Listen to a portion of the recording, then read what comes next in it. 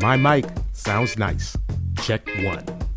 I said my microphone sounds nice when it's on. Check 2. Welcome you all to another edition, another Dudcast of Beyond the Rim, the podcast. And tonight my special guest is a longtime dear friend of mine. He is a host of the late night talk show After Hours with TC Restani, and he's also a podcaster under the same name, After Hours with TC Restani. I give to you the one, the only, a good friend of mine, TC Restani. TC, say hello to all of the peoples out there.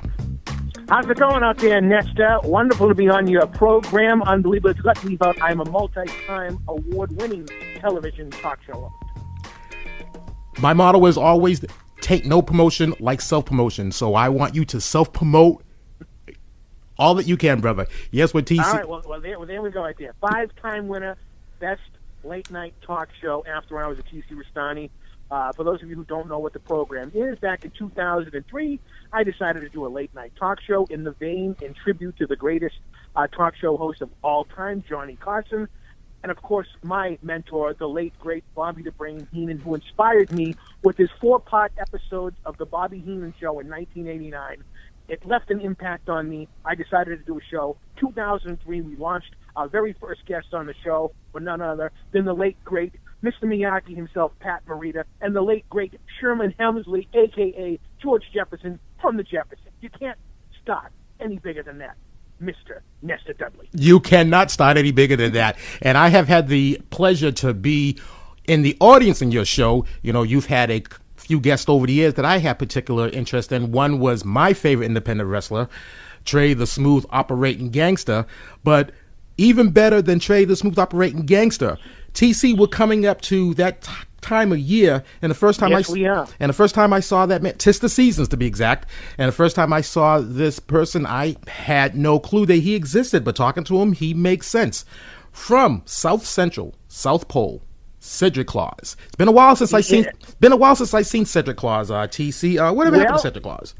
Excuse me here. I'm kind of a little nervous. I'm on your program here. Well, Cedric Claus, I got a text message from him not too long ago, and he's actually going to be on an upcoming episode around the holiday season. He's back. He has a lot of things to say. He's very displeased, from what he told me in the text, about all the people doing online shopping. Well, I could see that. I mean, online shopping would cut strictly into his gigs. It would actually affect his bottom line. It would affect his bottom line. It got so bad that he has sent out Rufus the homeless helper out on the road to generate business. Wow. Things have really been, when you're sending out Ruthless the homeless helper. Boy, can we make a hashtag about that? Hashtag Ruthless the homeless helper. From what I heard, he's somewhere north of San Francisco right now trying to do some peddling work for Cedric Claus. Wow, so he's out there in San Francisco doing some peddling work, and I got to tell you, it's certainly nicer weather out there north of San Francisco than it is in the metropolitan Boston area. Easy for me to say. Oh, really? Well, that's fantastic out there. Well, so if you're listening out there, Cedric, we can't wait to have you on the program. And Rufus, stay on the road. We don't need you on the show, okay? Looking forward to your upcoming show. But right now, today's podcast, we're going to talk about a couple of conspiracy theories. What I didn't know about you, TC, and I've known you for all my life, I think about 56, 57 years. At least. I've known you all my life. And I didn't know that you were into conspiracy theories. So, you're one of my mentors when it comes to the podcast platform. And my last Dudcast number 5, I had Josephine Royal, who is a host of Community Show, Let Me Tell You Something. And that podcast was called Kennedy, King Kennedy. And what it did, it just looked at the assassinations of both John F. Kennedy, Robert F. Kennedy, and Dr. Martin Luther King Jr. in the 60s, and how she felt as a young person at that time. So Kennedy, King Kennedy, you listened to that podcast and you tweeted me and you said, Nesta, all that's a work, all that's a conspiracy. And I said, I did not know that. Will you be willing to be on the podcast? And you said, absolutely. Well, I only know about the JFK assassination. I'm not really into, or looked into, I should say, the RFK and the MLK assassination. Actually, You know I stand to be corrected. You are right. Let's make it clear. You did say JFK. You did not say RFK. You did not say MLK. But be clear. You did say JFK, President John F. Kennedy, President number 35. Correct. President number 35. Okay. He was the 35th president of the United States. Okay. So with that, everybody knows it is ancient history now that on Friday, November 22nd, 1963, at 12:30 p.m. in Dallas, Texas, while riding in the presidential motorcade, the 35th president, John F. Kennedy, was assassinated. And it's going down in history. Everyone knows that the person who assassinated him is Lee Harvey Oswald. And to that, TC, you say? What I say is, well, first and foremost, I want to let everybody know, I was not around on November 22nd, 1963. I was not there unless I have access to a DeLorean time machine. I have not even been to Dallas, Texas, other than through the video scope of watching world-class championship wrestling out of the Dallas Sportatorium, or watching JR get shot on Dallas. So I want to make that perfectly clear. I was not there. I have no involvement. I have no family or relatives or friends that were involved that I know of. That were there either on November 22nd, 1963. But from what I've learned through history, you know with this as well as I do, Nestor, that history is just stories from one generation to the next. It could be fabricated. It could be truth. You don't know unless you were actually there, correct? Correct. Okay. In 1991, a movie came out by Oliver Stone called JFK. Now, I kind of knew about the JFK assassination, what I learned in the history books in school, and, growing up around the New England area, spending a lot of time here, I have a lot of friends and family that were alive and were loyal Kennedy supporters. So, obviously, I heard I don't know if it's the truth or what is perceived as the truth, that Lee Harvey Oswald was the lone nut assassin that blew away JFK in Dallas in 63. I go see the movie. That's the way I learned it in history. And it opens up my mind. How so? Well, it gives you different, theories are something you think about or from different points of view, correct? Correct. Okay.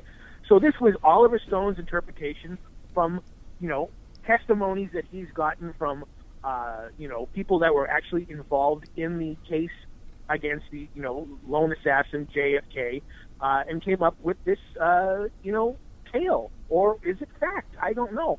But it just made me, I sat there in the theater saying, you know what, there's more to this than sees the eye. And I started investigating. And investigating. And not just from JFK, there were other people who were out there, at the time there was no internet in 1991. So what you had to go by was stuff you looked up, kids looked up in an encyclopedia or what you heard on late-night talk show radio, because at the time, I'm going to say it, there could have been censorship trying to hide the truth. That makes sense. Yep. And because of that movie, it got people talking, and more people talking, and more people talking, and more people coming out saying, well, I was there that day, and this is what I saw. And then people who were involved in the military that were trying to say, I can't take this anymore, and I'm going to say this and that and this. And it's like a whirlwind of conspiracy, and it makes you think. It really makes you think. Now, do I think that Lee Harvey Oswald was there that day? Absolutely, he was there that day. Do I think that he pulled the trigger? No. I think he was involved in the plot, just like he said, the real Lee Harvey Oswald, when he got arrested that day, I'm just the patsy. So basically, he could have been involved in a huge conspiracy. He was the guy to take the fall all along, but little did he know that he was going to get whacked to shut up. You see what I'm saying? I understand, and I see exactly what you're saying. I mean, if you're the stooge and you just cannot have any witnesses, and if this is a conspiracy theory, as it has opened your mind, that is completely plausible that not only was he not the lone person involved with this, not only did he not pull the trigger, but somebody whacked him to keep him mouth shut. Right. And who did they have whack him? Jack Ruby, who was associated with the Dallas mob.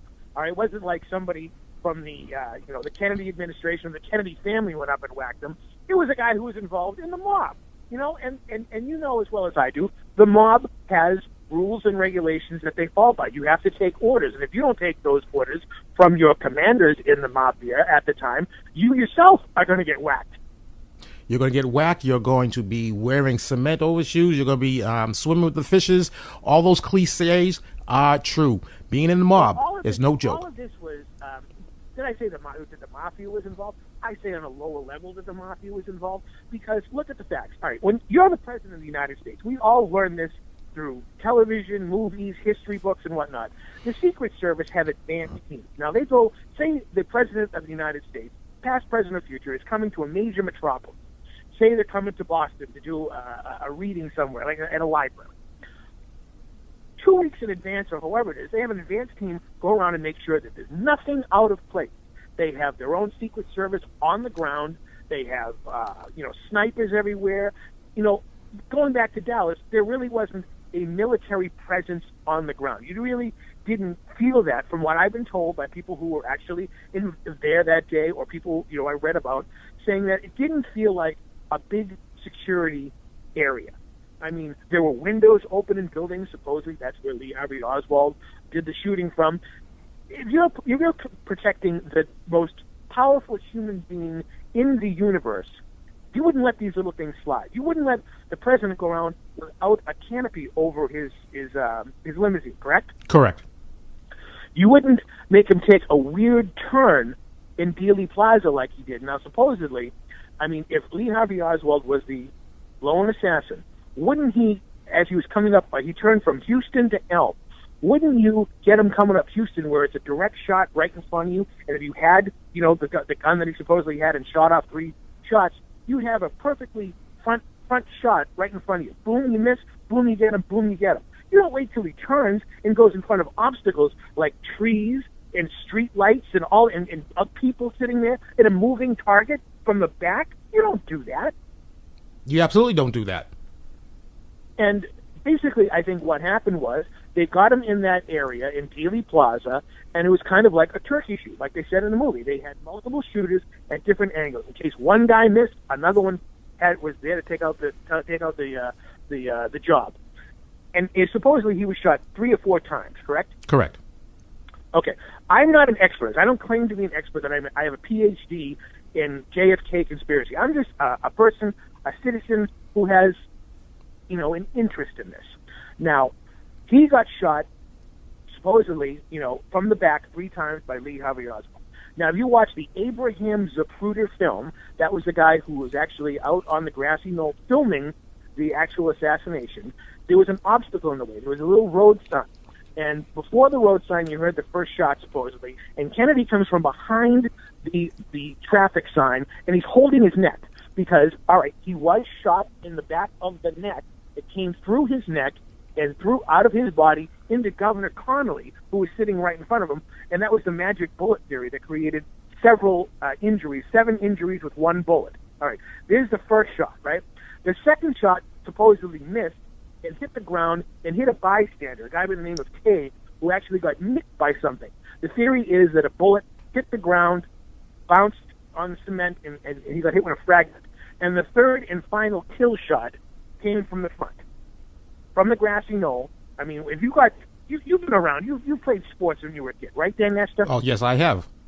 Okay, and when you're a kid, you get hit in the back of the head with things. Someone comes by and just slaps you in the back of your head, or you play dodgeball and you get hit in the back of the head. What way does your head go when you get hit from the back? You get hit in the back of the head, your head naturally goes forward. Goes forward. Goes forward. That's just basic physics, brother. Basic physics. We are on planet Earth. Now, he got shot, supposedly from the back, by Lee Harvey Oswald with the 3rd bullet. And which way did his head go? His head went backwards. His head went back and to the left, from the other direction. So unless physics don't work in Dallas, Texas, there's no physical way that a bullet coming from the back of his head would make his head go backwards and to the left. Am I wrong? You are not wrong. I mean, it's right there in front of you. Obviously, the people, the media played it up, 3 shots, blah, blah, blah. And you were convinced, because they showed it over and over and over again, saying, and there's the 3rd shot, back. It hit him in the head. Boom, he went forward. No, he got shot from the front and went backwards. I mean, and if you watch any of those films, there was no video at the time, films of that day, there were multiple people recording with different cameras that day. After the final fatal headshot hit him, you saw people rushing towards the grassy knoll because 50 people supposedly went in front of the Warren Commission, which was never published, their testimony, saying that they heard shots from the grassy knoll, and people ran towards it. You know, you just watch your president of the United States get assassinated. Back then, a lot of people were more patriotic than they are now. We're going to run and find out, hey, this guy or something just happened to our president, and it happened that way, not up on the 6th floor of the book depository. You're right. You haven't said anything right now that makes me go, in disagreement. No, you're right. I mean, and then when they took him to Parkland Hospital, they did the autopsy there, right? Or, it wasn't even done by the Parkland people, but people have said that his brain was coming out of the back of his head, but it wasn't. The front shot was where something entered, because that's where the most damage was. Boom, in the front of his head. If you watch the Zapruder film, you see his head explode in the front. Correct. It's common knowledge. And, supposedly they wanted to, the real military the people in Dallas wanted to do a full autopsy, and the brain mysteriously disappeared. You know why? Because someone knew which way the bullet really came from, and they saved the world. They took the man's brain because if anybody with half a brain could look at the brain and say, hey, this is where the bullet came in, and this is where the bullet exited. Fascinating. It is fascinating. And don't believe me. I'm not an expert on this. I don't claim to be. Do your own thinking. Do your own investigating. That's what I did.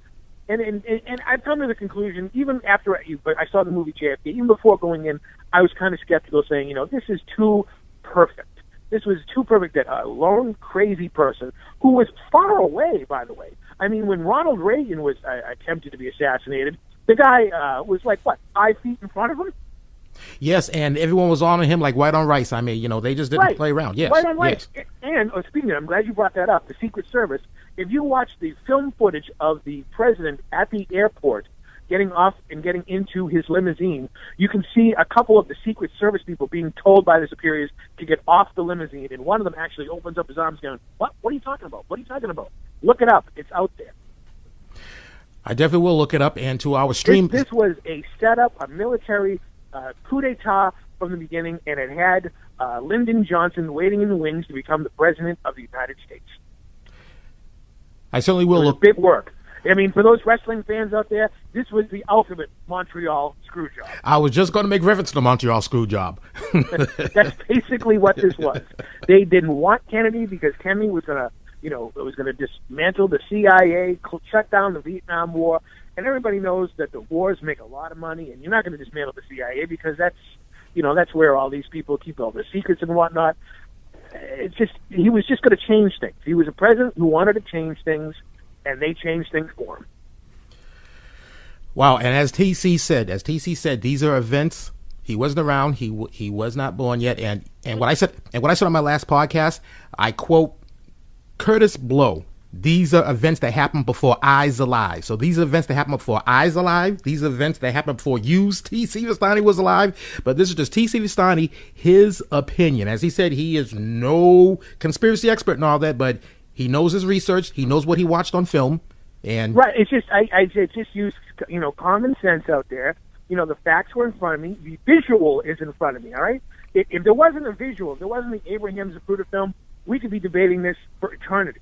Right. But the proof is in the pudding. It's right there in front of you. The biggest place to hide a lie is right in front of someone's eyes, correct? That is correct. And boom, right there. They didn't expect, this isn't like today where every kid in the world has a cell phone and records everything of every second. This is 1963, and they didn't think of a guy who was going to be out there with a camera. And if he did, big deal. The film wasn't seen for 6 or 7 years after it actually happened because it was obtained and it was in a vault at the Time Life building in New York City before it was subpoenaed to go, when Jim Garrison brought this whole thing to trial. And that was the first time anybody saw the film was in that courtroom. Right. Obviously we've seen the film, it was released years later and whatnot. But getting back to Lee Harvey Oswald, he was supposedly up on the 6th floor of the book depository building, shot 3 shots off in 6 seconds with a crappy bolt-activated rifle. Right? They've had marksmen try to do this multiple times, and they couldn't even do it. I have a friend, I'm not even going to mention his name on here, who had his wife's relative was actually in the Marines with Lee Harvey Oswald. Okay? And he couldn't shoot a barn 3 feet in front of him with a machine gun if he had to, all right? Wow. That's how bad of a shot this guy was. Wow. All right? Now, if he was upstairs doing the shooting, your adrenaline's pumped up, right? Yes. You just supposedly killed the President of the United States. You're going to get out of that building as quickly as you can. Witnesses that day saw him downstairs minutes or moments after it actually happened, calm, cool, and collective, not out of breath, not blown up, drinking a Coke. All right? If you just blew away the President of the United States, are you going to stick around? Not only are you not going to stick around, TC, if you knew that, this is what you're going to do, obviously you planned this out X amount of time in advance. So you planned out, okay, this is the route that's going to happen. I'm going to take this shot. And then you also plan your exit route, right, TC? So, right. So whether or not that you had a car waiting for you or you were running through the alleys, and I don't know, because I've never been to Dallas, Texas either, and I don't have any relatives there. But I, however, did love watching WCCW and the Sportatorium and all that. I love watching all that stuff too, brother. But you're going to have your escape route planned out. You're not going to be chilling, drinking a Coke and a smile. That ain't going to happen. That ain't happening, no. I mean, and if the shots rang out from that building, wouldn't, the average citizen or cops or whatnot that weren't in on it are going to run to up there and say, wait a minute, I just saw, and how did no one see him in the window? Yeah. It was only on the 6th floor. It was a nice, clear, sunny day. I mean, if you hear one gunshot, aren't you automatically by instinct going to look up and see where that came from? Oh, absolutely. And this guy supposedly shot up 3 of them, and no one saw him. And then this guy goes downstairs, is witnessed by people saying, oh, he just had a Coke. Because the cops did go to the building. But he casually walked out of the building and then went supposedly back to his home, got a gun, and killed a cop, a Dallas cop, and then went to the movie theater. And he just walked into the movie theater, and even though he had money in his pocket, I believe he had $14 or $15. The movies back then were what? $1, maybe 50 cents, whoever it was. He didn't pay, and the movie theater attendant called the cops because some guy went in the movie without paying, and then half the Dallas police showed up at this movie theater. So someone had to know something. All right? I mean, I've snuck into movie theaters before, and they haven't called the cops. And if they did, one guy showing up because someone sneaking into a movie theater isn't the crime of the century, and the entire police department isn't going to come knocking down asking if I have butter on my popcorn. And even they were to call the cops. I mean, we've all been to movie theaters where the cops that they have on hand, they are cops, but they're the older, close to retirement cops, So those are going to be the type of policeman that's going to be there. So when this guy dropped a dime on the guy who snuck in the movie theater, who turned out to be Lee Oswald, all of the cops showed up. All right? Now, was that Lee Harvey Oswald's meeting place with his handlers? Like you said, he was the patsy. Obviously, he was in on it. Let's just say, without a question about it, he was in on what was going on that day, but he wasn't the guy who pulled the trigger, okay? He was there. He was the scapegoat, but he didn't know he was the scapegoat. He did not know he was going to do the job. He did not know that he was the one that was going to be fingered. He was probably given orders, okay, we want you here, this is what's going to happen, blah, blah, blah, blah, blah, because he was a military guy. This is a guy who, back in the 60s, renounced his U.S. citizenship, defected to Russia, and then came back. I mean, this is in the heart of the Cold War. How did that happen? I mean, you have to know somebody in higher locales to pull that off. That would be like, today, you saying, you know what, I'm going to go defect to Iraq, all right, and hang out there for a while, and and want to come back to the United States. I mean, there's a lot of red tape and paperwork that would probably have to happen. This isn't 1990 when Sergeant Slaughter said, "I want my country back," and they gave it to him, okay? I still can't believe that Sergeant Slaughter turned his back on his country, and I can't believe the country gave him back. And, just thank the good Lord above for Hacksaw Jim Duggan. Ho! Because it wasn't for him, I don't think Sergeant Slaughter would have ever gotten his country back. But, yeah, there's so many weird things that took place that day. And, I mean, look into it. If you haven't seen the movie JFK, I recommend it. Is it all factual? I have no idea. But it makes you think. That's all it does. It makes you think, okay, that makes a lot of sense. Or it could be a complete fabrication and we all got kayfabed and Lee Harvey Oswald really did pull the trigger. Who knows? But too many people out there, myself included, know that something is fishy going on with that. And with that, I think this is a perfect place to go into our big time break. So, TC, is it all right to say that we have finally talked about this Kennedy conspiracy as one person, TC Restani, sees it? Oh, absolutely. I mean, my bucket list is someone to invent a time machine, and that would be the first place I would travel to. I would go there like 3 days before and put cameras everywhere. And hit record and find out for myself what really happened that day, because that is one of the greatest mysteries of not just in this country, of all time. What really happened November 22nd, 1963? It's a million years ago, but realistically, it's not really that long ago. It's not that long ago whatsoever. And I have to tell you something, TC. If a time machine was invented, I would like for you to take me on that trip. And I hope that if a time machine does get invented, I hope that it's in the form of a DeLorean. I hope so, too. Because, last time I drove a DeLorean, 88 miles an hour, I got a speeding ticket. Okay. T.C. Restani, he's the host of late night talk show After Hours with T.C. Restani. And how many awards did the show win? 5. Five awards. He's also the podcaster of After Hours with T.C. Restani. And follow T.C. Restani at After Hours TC on Twitter. Right now, we're going to go into our big time break. I usually don't say big time break, but in honor of my guest, T.C. Restani, we're going into our big time break. And our big time break is going to be a Sabulous Second, where you will see T.C. Restani singing the Honky Tonk Man's theme song, but you got some pushback in the studio, TC. I guess apparently they didn't like your singing. I guess not. I mean, to each his own, I guess. So, this is the big time break. We're going to a Sabulous Second. So, Nestor Dudley, T.C. Restani, we will see you on the other side of this big time break.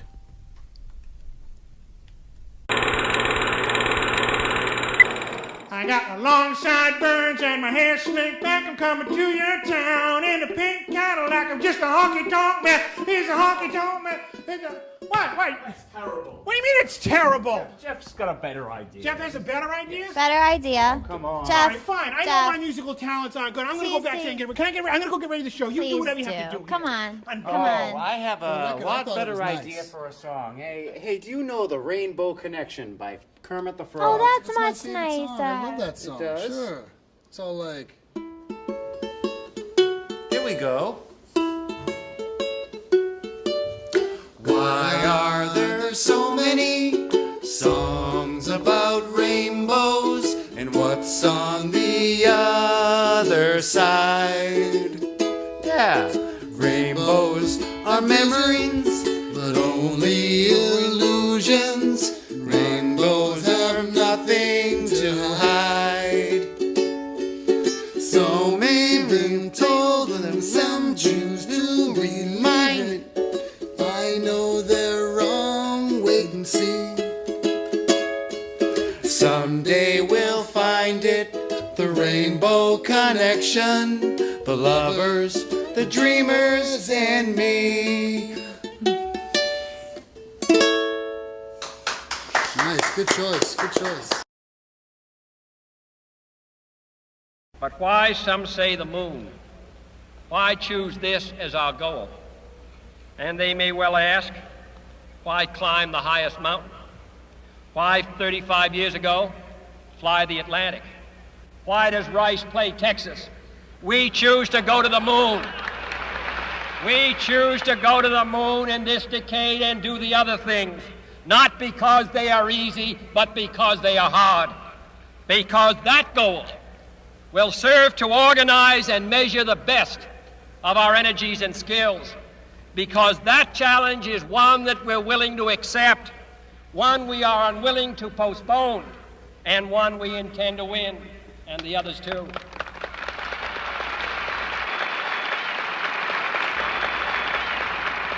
We shall send to the moon 240,000 miles away from the control station in Houston, a giant rocket more than 300 feet tall, the length of this football field, made of new metal alloys, some of which have not yet been invented, capable of standing heat and stresses several times more than have ever been experienced, fitted together with a precision better than the finest watch, carrying all the equipment needed for propulsion, guidance, control, communications, food, and survival on an untried mission to an unknown celestial body, and then return it safely to Earth, re-entering the atmosphere at speeds of over 25,000 miles per hour, causing heat about half that on the temperature of the sun, almost as hot as it is here today, and do all this, and do it right,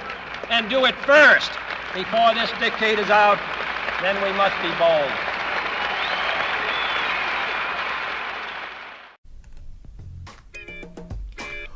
Welcome back to Beyond the Rim, the podcast.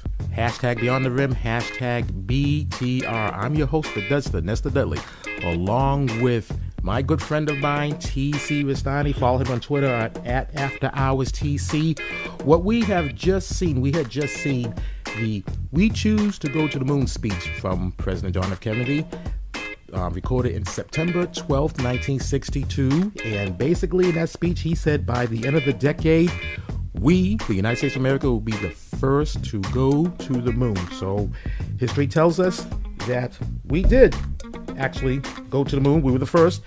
July 20th, 1969. So the moon landing, was it factual or was it a work? TC Restani. Okay, the moon. It's a big round thing in the sky, right? Right. Okay, do I think we went to the moon? First and foremost, I'm going to say I believe we have gone to the moon. Okay? Okay. I'm going to say that right off the bat. Do I believe what we saw on July 20th, 1969 was the actual time we went to the moon? Part of me says no. I think that was too perfect that it was played off that well. Okay? We talk about technology a lot, okay? We have more technology in the 1980s. We had more technology in our wrist digital watches than they did on the ship that brought them to the moon in 1969. Okay? Mm-hmm. And it was made out of, I don't know the exact molecular structure of the actual capsule that brought them up there, but there was a lot of, foil and whatnot. And we're going through the atmosphere, all right? The atmosphere and all the ozone layers and all these other fun things up there protect us from debris from space, comets, meteors. I'm not talking about the one that wiped out the dinosaurs, if that really happened. I'm talking about it protects us. Now, we go out into space. I believe we have been into space, but going to the moon, I like I said at the top of this interview, I think we did go, but I just don't think what we saw that day really happened. I think that may have been staged in a studio. And my big question of this is, if we went there in 1969 and supposedly went a couple times after, how come we haven't gone back since 1972? That's a very good question. I don't know. I mean, and how come no other country has gone back since, ever? How come no other country has gone to the moon? We're always in the race with the Russians and all that other stuff. They have as much technology as we do. How come they didn't go? And, You know what? And I cannot answer that. And a race is a race. So, all because somebody beat you in a race, that doesn't mean second, third, and fourth stop running. They continue through to finish the race. So naturally, wouldn't it make sense that the Russians would have okay, well, we didn't get there first, but doggone it, we got there second. We're going to go there second. I mean, and like I said, we had more technology in our wristwatches in the 1980s than they did in that day going to the moon. I'm just saying that. I mean, look at some of the things. Like the flag was moving on the moon. There's no wind on the moon, right? You know what? That's something that, I mean, even as a kid, when you first see this in grade school, and I don't even know what grade I was in, but when you first see this, right? Everything that we're taught that space is a vacuum. But then there it is. Right. But there it is. There's that flag just waving. So, a vacuum by definition is nothingness, right? Nothing. So how could it be something waving? Now if since there's since there's very little gravity or no gravity, what does it say? The moon is 1/6 the gravity of the Earth or something like that. So if the flag was maybe floating up, I don't know, but to me that would be easier to swallow than the flag waving in the wind. Right. I mean, it was just basically they needed a symbol.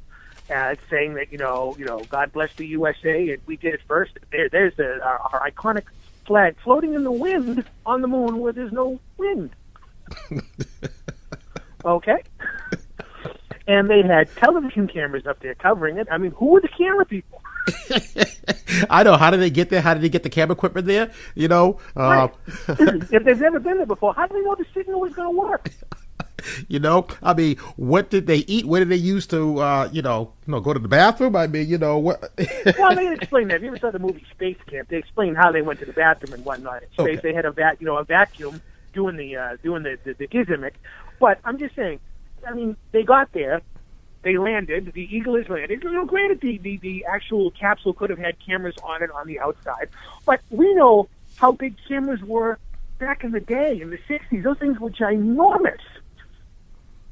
I mean, how did they put them out on the moon and send the signal back? I mean, obviously, yes, they could do that. They had radar and, and all that other stuff, and satellites. But, I mean, it just was too perfect. You see what I'm saying? They've never been there. How do they know the signal is going to work? I cannot answer that. And I don't think anybody else can answer that either. And did they leave the camera equipment there? If they did, how come we didn't get broadcasts from the moon? Right. The camera's still there. I don't know if they packed it up. You're right. and I'm saying that it's now been, 45, 46 years since we've been to the moon, supposedly. Mm-hmm. How come we haven't sent anybody back up there, or even sent up a camera? We can send a rover to Mars and send back signals from Mars, correct? We have seen that or whatnot. We have. But how come we don't have a webcam on the moon? We have webcams everywhere else on this planet. Why not have one? And we have one on the space station that's orbiting around Earth. Why not one on the moon? I'm saying we did go to the moon. I'm not saying we did not go to the moon. I'm just saying that day, July 20th, 1969, what we saw on television, I wasn't around, but what people saw on television could have been fabricated. And if that's the case, how come we haven't gone back? And if we did go, which I think we did, what did we really see up there that made us not want to go back? That's interesting. And if we saw something why we would not want to go back, I mean, it certainly wouldn't be any type of a creature or anything like that, because the boys would have never made it back. So what? Right. Or my theory is, this is what I'm thinking they found up there when we did go up there. They found artifacts of an advanced civilization that once lived millions and millions of years ago, and they do not want to show that, because that would really screw up the people on this planet. They found out that life here really began out there. Wow. That's just my personal opinion on this. I mean, I'm not going to get into religion or Darwinism or whatnot, but space has been around for a long time, even longer than we have been around here, correct? Correct. Who's to say we didn't come from out there, or whatever? That's what I'm just saying is, with all of our advanced technology that we have, why haven't we gone back to the moon? With our advanced technology, cell phones, all these cameras and whatnot. I mean, I may sound like a lunatic talking about this, but stop and think about it. I mean, you have 6-year-old kids that can broadcast from anywhere in the world on their phone, and anybody all over the world can see it. But we don't have any proof that we can go back to the moon. No, you're right. Neil Armstrong, Buzz Aldrin, Michael Collins, they were the three who landed on the moon. And Neil Armstrong, I believe it was Neil Armstrong, famously said, "One giant leap for mankind." Now, what did that really mean? I'm assuming Mick Foley. You were talking about Mick Foley. I was just going to say, so Mick Foley wasn't there either, because Mick Foley, he wouldn't be old enough to have been there himself. So I don't know. Could it be that one giant leap for mankind? Could that be, okay, now we're going to leap over coming or exploring the moon any further and go on to Mars and other planets? Could have meant that. Who knows? I mean, there are a lot of people out there who have not just wacky theories, but different opinions about what happened. And there's a guy out there, look him up, a guy by the name of Richard C. Hoagland. Now, Richard C. Hoagland used to work for NASA, and he was the science correspondent for Walter Cronkite and all this other stuff. And he has, discovered crazy stuff that takes place out in the celestial world out there, the moon, Mars, whatever, of structures that are on the moon and are on Mars and whatnot, but we never see them, obviously. Have we ever been to the dark side of the moon, other than like the Pink Floyd album?